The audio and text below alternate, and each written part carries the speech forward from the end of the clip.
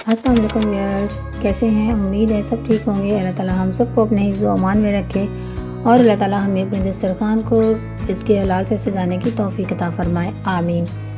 आज हम बनाएंगे शॉर्टनिंग, जिसके हम यूनिफॉर्म भी कहते हैं, जो कि बेकिंग की बहुत ज़्यादा रेसिपीज़ में यूज़ होता है। इसको मक्खन की जगह आप कहीं पे भी यूज़ कर सकते हैं।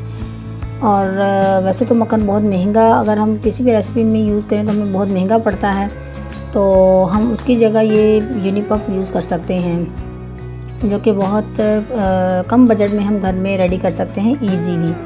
तो चलें बिना टाइम वेस्ट किए हम अपनी रेसिपी शुरू करते हैं। इसके लिए मैंने लिया है 1 किलो घी आपका दानेदार होना चाहिए। इसको हम गरम कर लेंगे। इसको हम माइक्रोवेव में भी गरम कर सकते हैं। हमें इतना गरम चाहिए कि आप फिंगर इसमें डिप करें तो इस आपको नीम गरम सा हो, मतलब ये। और इसमें दाना बिल्कुल भी नहीं होना चाहिए। और घी गरम करने से पहले आपने साथ ही आपके एक बाउल में बर्फ़ ले लेनी है और उसमें ठंडा यख पानी डाल देना है आपने। और जैसे ही ऑयल नीम गरम सा हो तो इसको आपने ठंडे पानी में डाल देना है। और ये ख्याल रहे कि घी आपका ज़्यादा गर्म नहीं होना चाहिए, क्योंकि आप जानते हैं जब घी ज़्यादा गर्म हो उसमें पानी का छींटा पड़ जाए तो वो उछलता है और आपके फेस पे या आपके हैंड्स पे डल सकता है। तो इसलिए आपने ख्याल करना है, अगर ज़्यादा गर्म हो जाए तो आप इसको नीम गर्म पहले कर लें, फिर आप इसको पानी में डालें। पानी में डालते ही ये जमना शुरू हो जाएगा, क्योंकि पानी हमारा बिल्कुल या ठंडा था। और ये देखेंगे, इसको हम मिक्स करेंगे अच्छे से, मिक्स करेंगे अच्छे से और इसको रेस्ट देंगे कम से कम 6 घंटे के लिए। इसको आप फौरी तौर पे नेक्स्ट प्रोसेस नहीं करना, आपने इसको रेस्ट देना बहुत ज़रूरी है। इसमें इसका जो है ना प्रोसेस कंप्लीट होगा।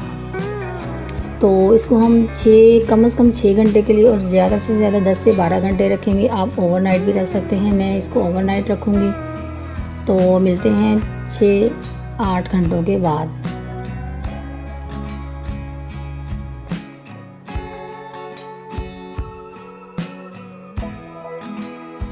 अब ये देखें 10-12 घंटे हो गए इसको पड़े हुए, और ये बर्फ़ जो है बिल्कुल मेल्ट हो गई है इसमें।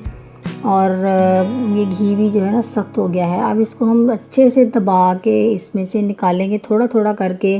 ज़्यादा नहीं लेना आपने, थोड़ा थोड़ा लेना है, ताकि पानी अच्छी तरह से इसमें से निकल जाए। पानी का एक कतरा भी इसमें नहीं रहना चाहिए।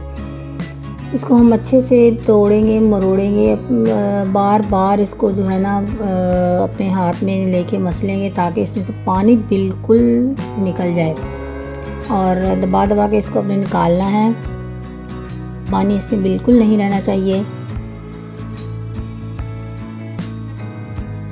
तो ऐसे पानी दबा के जब हम निकाल लेंगे तो ये यूनिपफ हमारे पास रेडी है, जो कि हम बेकिंग की बहुत ज़्यादा रेसिपीज़ में, कुकीज़ में, कपकेक्स में, केक में और पफ पेस्ट्रीज़ में यूज़ कर सकते हैं। और जो कि मक्खन जो हम बाज़ार से लेने जाएं तो वो बहुत महंगा पड़ेगा हमें, और रेसिपी भी बहुत महंगी हो जाएगी।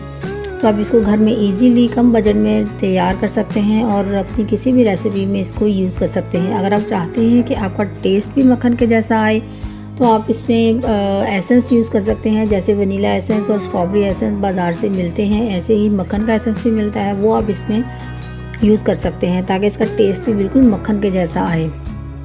अब ये देखें, हमारा यूनिपफ बिल्कुल रेडी है। और इसको आप किसी मोल्ड में भी डाल के रख सकते हैं फ्रिज में, और ताकि ये ज़रा स्टेबल हो जाएगा। इसको रूम टेम्परेचर में भी रख सकते हैं, और फ्रीज़र में रखने की ज़रूरत नहीं है इसे।